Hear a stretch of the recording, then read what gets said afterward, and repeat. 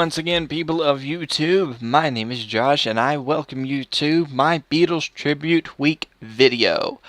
Now, for those of you that know about the Beatles, for those of you younger people that might not know about the Beatles were a really good band in the 50s, 60s, and up. They're still going. I mean, the two remaining survivors are still going.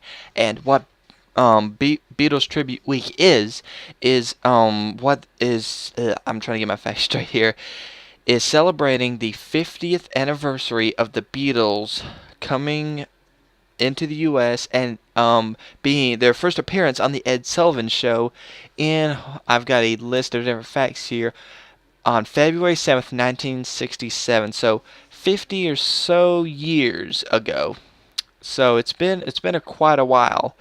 And I've got different points here that I'm going to go through throughout the video about the Beatles, my favorite songs, facts, different things like that. So let's get started. First one, why do I like the Beatles? Well, I was raised on classic rock growing up, and I'm still listening to it, even being that I'm 20 years old.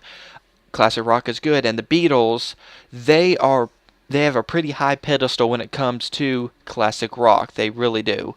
The Beatles were a really big influence in the UK, and then when they came over here to the US, they were a really, really big influence on other artists, and probably still are today. A lot of people that I know, be my age, younger or older, they get inspiration from listening to the Beatles, and the Beatles really had an impact, and they've had an impact on me too.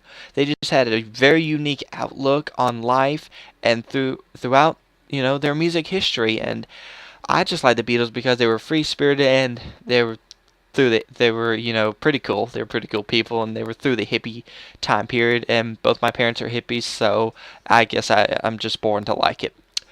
My favorite song by the Beatles is Imagine, and it's by John Lennon, who was a member of the Beatles, and I say was because, I'll get to that here in a little bit, but Imagine is a really good song, and I want you guys to go check out this song, so the link will be right here, so go click on this link, and you will be directed to a lyric video of Imagine, and the song really makes you think.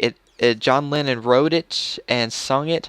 It just really makes you, take a very unique look on life. And throughout the song, some people tear up, some people just get happy. I mean, it all depends on you, the viewer, as to what you think about it. Me personally, it really makes me more optimistic. Maybe a little sad, but it's more of a happy kind of sad, because you really see what John Lennon is talking about throughout the song, and you understand his point of view and stuff throughout the song. So please click on the link, and you'll be directed towards the video, and I want you guys to tell me what you think of it. So post comments down below, and I look forward to reading them. Now, what we're going to be talking about now is the career for the Beatles and how they got their start. The band was formed in 1960 in Liverpool, England. The main four members of the Beatles, not the starting members, but the main four, were John Lennon, Paul McCartney, George Harrison, and Ringo Starr. Now, you may recognize Paul McCartney and Ringo Starr. I recognize all of these people because, like I said, I was raised on classic rock, so I recognize all the names. The original band name was not the Beatles. It was the Quarrymen. The Quarrymen, Quarrymen, the Quarrymen. And then as time passed, they decided to change the name to the Silver Beatles. And then after more time passed, they changed it to what the band was known for forever, the Beatles. So they went from Quarrymen, Silver Beatles, to Beatles. So yeah, you see, they were like, maybe we should change the name. Quarrymen and the Silver Beatles, a little long. The Beatles. And that name stuck. There's t-shirts everywhere, CDs, movies. The Beatles. When you hear the name the Beatles, 101 billion things come to mind. That's how iconic that band name is. And for those of you out there that know a lot about the Beatles, you hear the band name the Beatles, oh my god, it just takes you somewhere else. And how the Beatles got their start, you're probably thinking, They probably started playing in stadiums and sold out concerts. No, they started in small nightclubs in Liverpool, England, like, crowded little pubs, bars, just playing songs. And as time went past, people started looking at these guys, these band members, and saying to themselves, these guys know what they're talking about. They've got really good stuff. Maybe we should start paying attention to these guys. And then over time, they grew and grew and grew and grew until they were one of the most iconic bands in music history. And we still today listen to their songs. For different moods, we listen to these great people's songs. So they didn't start big. They started small, and a lot of people, like every person in music history, back in those days, they started small and they worked their way up the music ladder. Because, you don't start selling out concerts. You start no name, word of mouth, and then you grow and grow and grow until all you have to do is send out one tweet, and you have hundreds of thousands of people lining up to go into your concerts, listen to your music, buy your CDs, get your merchandise. And people still buy Beatles t-shirts, Beatles hats, Beatles CDs, memorabilia. Beatles memorabilia can go for hundreds of thousands, possibly millions of dollars if you find the right stuff. If you find like a clipping of Ringo Starr's nose hair, you could probably sell that on eBay for like $100 at least. If you can prove it's Ringo Starr's nose hair, of course. I mean, if you found Ringo Starr's nose hair, then that's good. I mean, that's fine. Alright, next point. In 1961, Sutcliffe, I don't know his first name, but Sutcliffe left the band and Paul McCartney took over his bass duties. So Paul McCartney is actually, he said, oh, you're leaving? Okay, cool. So I will take over being the bass drummer or bass guitar. I think it was bass guitar. Let's go with bass guitar. I'm pretty sure I had that right. But Sutcliffe did contribute one important thing to the Beatles, their image. What he did, Sutcliffe had this haircut, the Beatles haircut, the iconic haircut, and the other members of the band was like, well let's go with him. And then that hairdo, that one haircut, in my opinion, is the most iconic haircut in music history. All you have to do is see a silhouette of that haircut, and you know who that haircut belongs to. The Beatles. It is iconic. And people today wouldn't necessarily have that haircut. But back in the 1960s, 70s, that was the haircut to have. And I'm pretty sure a lot of guys out there went and got that haircut because they could see how much attention the Beatles were getting from girls. And when you see a girl going crazy over a guy, especially in a band, and you can easily get that haircut, that's exactly what you're going to do. Unless you're married or something, or you're just like me, you're like, maybe they'll like me for who I am. Maybe, maybe not. But those guys looked at Sutcliffe and said, let's go with this hairdo. Let's see how this hairdo, works for us. And if it works good, then we'll keep it. And as you can see, it stuck. It is iconic. And possibly they've made wigs over this. That's how iconic this haircut is. Their first appearance in the U.S. was on February 7th, 1967. And people, mostly girls, went crazy over them. And this was known as Beatlemania. Beatlemania also happened over in the UK, but Beatlemania really took off here in the US. And as soon as their airport landed at what would be later known as JFK Airport, the crowd grew and grew and grew. And it is estimated that there were almost 3,000 fans, possibly mostly female, lining up, crowding to meet these guys, to meet these British guys. And this was one of the first British bands that came over and really started impacting the music of the US. And as you can see, it really had a big impact. Girls went crazy. They threw themselves at these guys. They wanted more and more and more of these guys. And the Beatles were just happy to oblige. I am pretty sure of that, because when you got a lot of beautiful women, saying, give us more music, and they're literally throwing their underwear, throwing themselves on stage, you're more than happy to oblige. Am I right, guys? High five. Moving on before people start posting hate comments.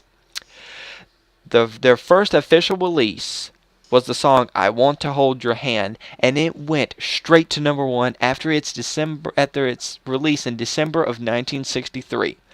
And their first televised appearance was on the Ed Sullivan Show of February in 1964. So a year went by from hearing their first official U.S. release, "I Want to Hold Your Hand," to their first TV appearance on the Ed Sullivan Show. And when he said, "The Beatles," that was it. History was written, it was carved in stone, and therefore the Beatles' career was set. Set for life. All Ed Sullivan had to do was say, "Here is the Beatles," and bam, there they were for all of us to enjoy. Now, there were four members of the Beatles to start out with. You had Paul McCartney, Ringo Starr, you had George Harrison, and John Lennon. But there's only two alive today. The other two have died. The two members that are alive, if you don't already know, are Ringo Starr and Paul McCartney. John Lennon, unfortunately, was shot. Shot in the back of the head, if I remember that correctly. I may be mistaken. Correct me if I'm wrong. But I'm pretty sure he was shot in the back of the head. And George Harrison died in 2001 due to lung cancer.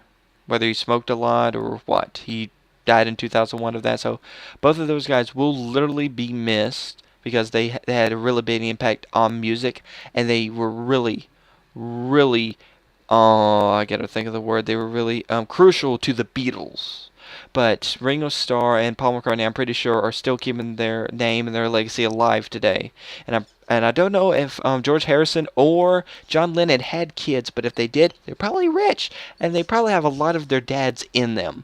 And I'm pretty sure that, they're good people. I'm just going to go out on a limb and say they're good people. So if I'm wrong, I'm wrong, but I'm just one of those people that likes to see the good in people. 1 second. And I've already covered how they impacted America. Girls went crazy. Other artists started writing songs, and then later on, their names grew, and it was all because of this one band from the UK, the Beatles. So the Beatles had impact on America, not only America, but the UK and the whole world. People heard this music, and it moved them. It moved them to do other things, to write music, to pursue their passions, to pursue their dreams, and it was all because of this one band, these four guys. I don't know if the members that are alive today, Paul McCartney and Ringo Starr, but I want to address you two specifically. If you watch this video, I thank you. If you don't, then that's fine. But your band impacted humanity big time. It changed how we looked at the world, how we thought of people, how we imagined, and how we lived our everyday lives. That's how much your music changed. And that's just how much music has an impact on human life. Whether you listen to old rock, classic rock, rap, hip-hop, R&B, pop, it doesn't matter. Music can change people for the good and for the worst. But in this case, the Beatles' music changed people for the good, I would have to say. And it's just a shame that there's only two alive, but they are still kicking. Paul McCartney and Ringo Starr are still kicking, and I saw them at the Grammys. I think it was the Grammys. Yeah, I'm pretty sure. And I think they reunited, or they're going to reunite. I'm sorry, it was mixed up, but it's two icons coming back together, and you just cannot beat that. That is good television, by the way. That is really good television. So, guys. Yeah, I really hoped that was a good bit of Beatles trivia and stuff. I really wanted to make, my Beatles tribute week video because I do love the Beatles. They are one of my favorite bands of all time, and I really wanted to make this video in honor of Beatles Celebration Week because it is a week we definitely need to celebrate. And I hope I'm around for the 100th anniversary of the Beatles. I really do hope. So that I can make a 100th anniversary video. I'll probably be old and crusty by then, but I'll do my best to make the video. So I hope you guys will be around for the 100th anniversary video because it will be great. I'll probably have hundreds of thousands of followers by then, but you guys will be like the core people. You'll be awesome. So, guys, thank you again for watching. I really hope you enjoyed. If you have any comments, post them down below. Like I said, please go check out the link for Imagine by John Lennon. It is a really, really good song. You will not be disappointed.